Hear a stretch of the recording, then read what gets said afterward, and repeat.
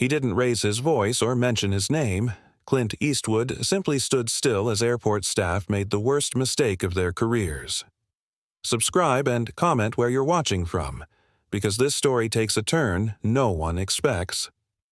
That morning, Clint walked into the airport with just a carry-on and a worn leather jacket. No bodyguards, no entourage, no demands. Just moving quietly and purposefully as he always had. But to one TSA officer, he didn't look like a legend. He looked like a problem. A young security agent, sharp-eyed and suspicious, whispered into her radio, never taking her eyes off him. Moments later, another officer approached and said, "Excuse me, sir, we need you to step aside." Clint didn't protest. He simply nodded and complied. But this wasn't just a routine check. The mood shifted quickly, and what followed would change everything. The second officer asked for ID, and Clint calmly handed it over. Clinton Eastwood, Jr., but the name sparked no recognition. More instructions followed.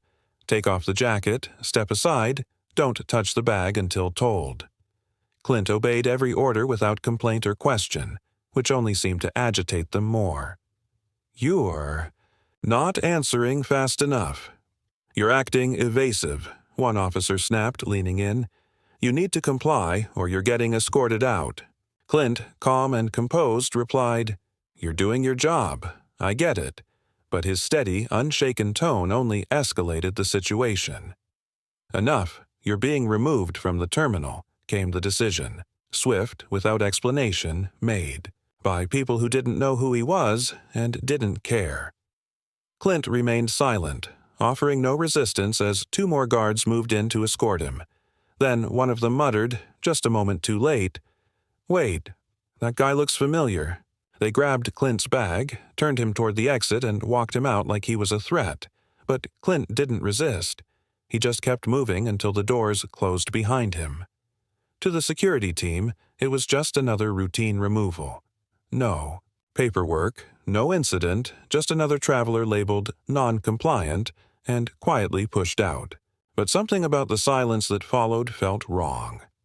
10 minutes later, a new set of footsteps echoed across the terminal.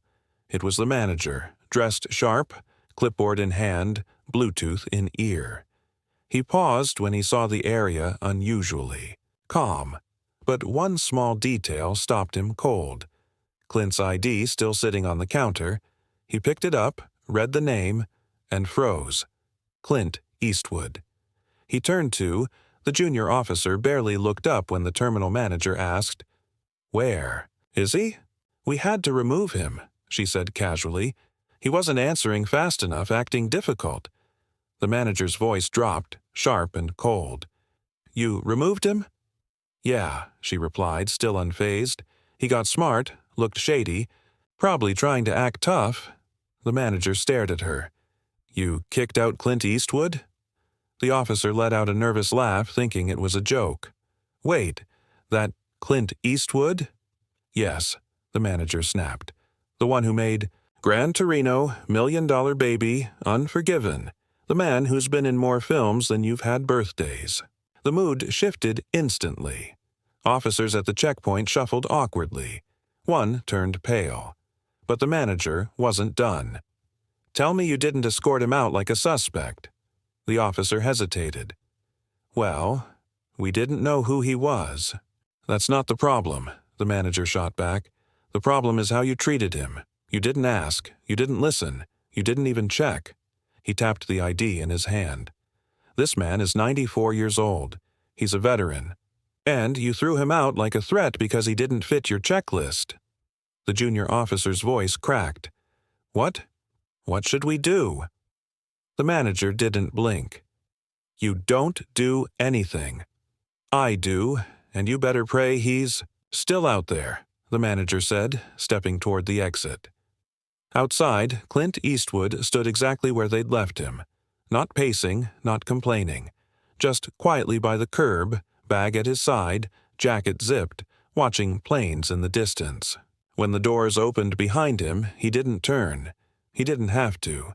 The terminal manager walked out slowly, the same officer who had kicked Clint out trailing behind, looking like she wanted to vanish.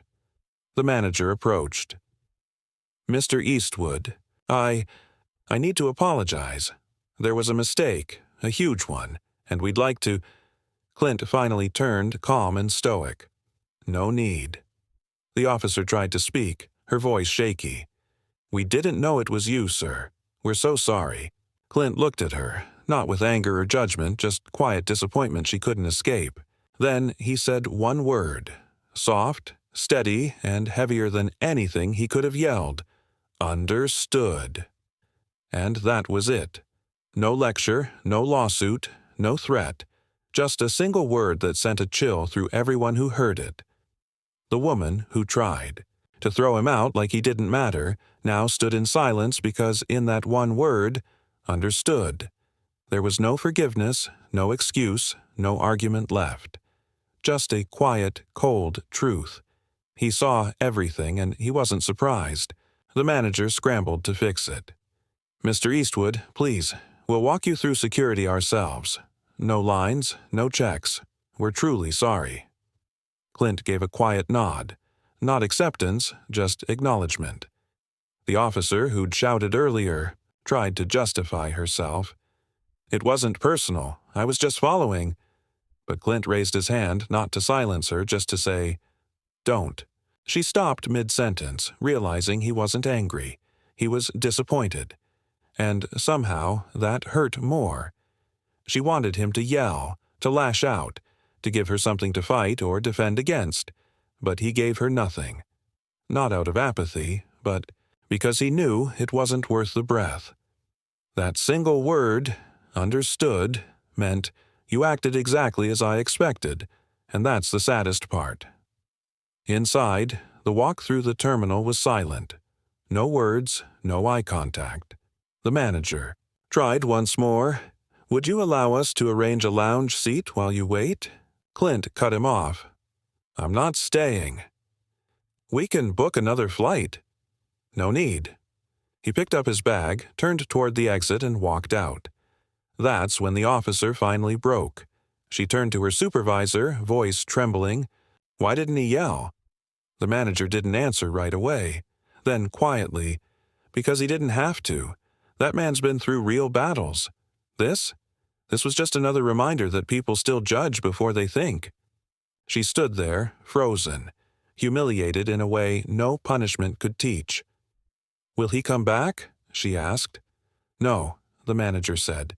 "And if he does, it won't be for us. It'll be in spite of us." Outside, Clint got into a black car waited at the curb, the driver nodding silently as he instantly recognized Clint Eastwood. As the car pulled away, Clint said nothing. He didn't call his agent, didn't post online, didn't share what happened. He just looked out the window and moved on. But inside that terminal, no one else did. He didn't need to shame them or speak out to make a point. He simply let them see themselves, and that was enough. Clint never contacted the press, never tweeted, never even mentioned the incident to the driver. Yet somehow, everyone inside felt the weight of it. For one officer especially, the silence was more devastating than a public scandal.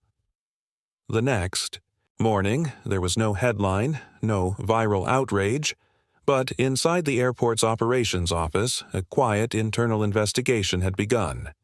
The terminal manager held a closed-door meeting.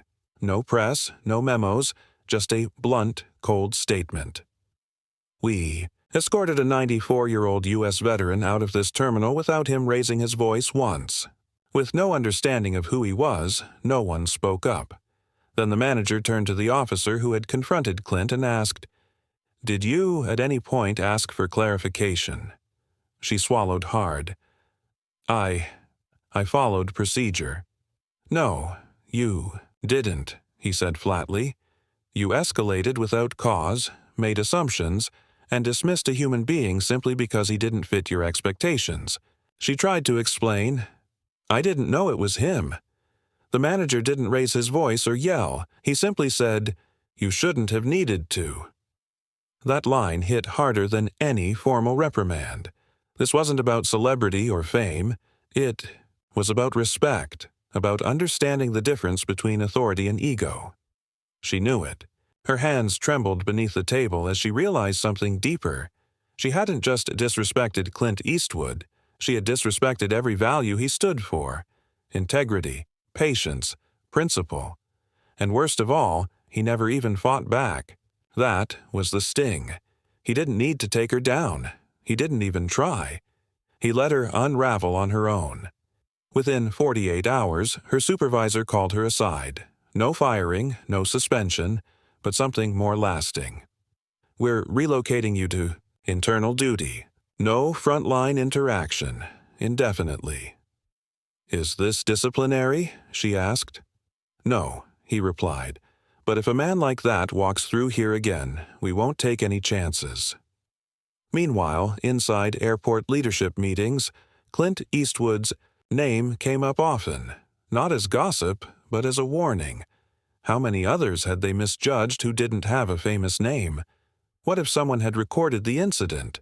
What if Clint had spoken out? That was the real fear. But he didn't. He didn't yell, sue, or shame anyone. He simply walked away, leaving them alone with their own reflection. And for many, that was the harshest punishment of all. Clint Eastwood could have gone public, embarrassed the entire airport, named names, or taken legal action. But he didn't. He stayed silent, and in that silence he made a statement louder than any words ever could. By the third day, the airport's PR team was on high alert as rumors spread among staff. "Did you hear who they kicked out the other day?" someone whispered. "Clint Eastwood? Like the Clint Eastwood?" Questions flew. Why hadn't it hit the media yet? They braced for fallout that never came. In their world, everything leaked. Everything went viral. But this, no interviews, no complaints, no press conferences. Clint Eastwood said nothing, and that silence terrified them far more than outrage ever could. Inside the staff lounge, the officer who had yelled at him couldn't sit still. She scrolled through headlines, social media, airport alerts, still nothing. No mention, no quotes, no footage. But the silence wasn't comforting. It was haunting. Deep down, she knew he hadn't ignored what happened. He'd chosen to let her live with it. Not forever, not in the spotlight, but just long enough to feel the weight of the judgment she had passed. A man defined by his age, his posture, and his quiet strength, and that quiet had struck a chord deeper than she expected. One of the senior officers, who had recognized Clint too late, shared a thought with the manager. "You know why he didn't speak out? Because he didn't need to." That idea echoed through the halls. Clint Eastwood had nothing left to prove. Not to a uniform, a badge, a podium, or the press. His silence wasn't surrender. It was control. And above all, dignity. He could have gone on television, shared a viral story, demanded apologies on camera, and made headlines. But Clint Eastwood didn't seek attention. He lived by principle. And when you live by principle, you don't lash out at every insult. You simply outlast it. That's what the officer finally understood as she sat alone in the break room, reflecting on the man. She had pushed around. He didn't need to retaliate. Just one word was enough. He walked away and left her to carry that memory for the rest of her life. Because silence like that isn't weakness. It's a verdict delivered without raising a single voice. After the incident, the airport's director of operations personally reached out to Clint Eastwood's team not once but 3 times, through calls, emails, and even a formal letter printed on thick paper, begging for a chance to apologize in person. There was no response. The head of security offered to deliver a message directly, and the officer who had ordered him out even asked if she could write something. But the answer was always the same: silence. Not because he didn't care or wanted revenge, but because Clint Eastwood knew the truth.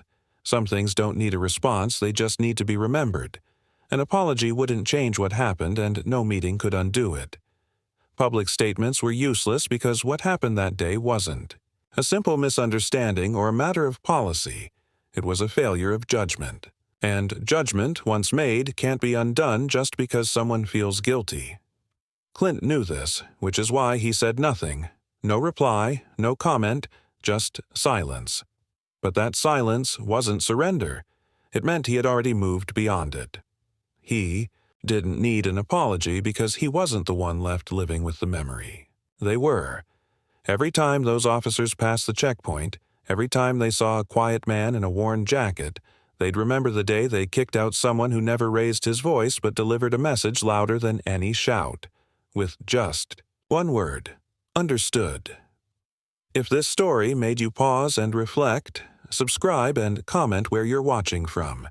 In a world full of noise, sometimes the strongest response is saying nothing at all. Thank you for watching.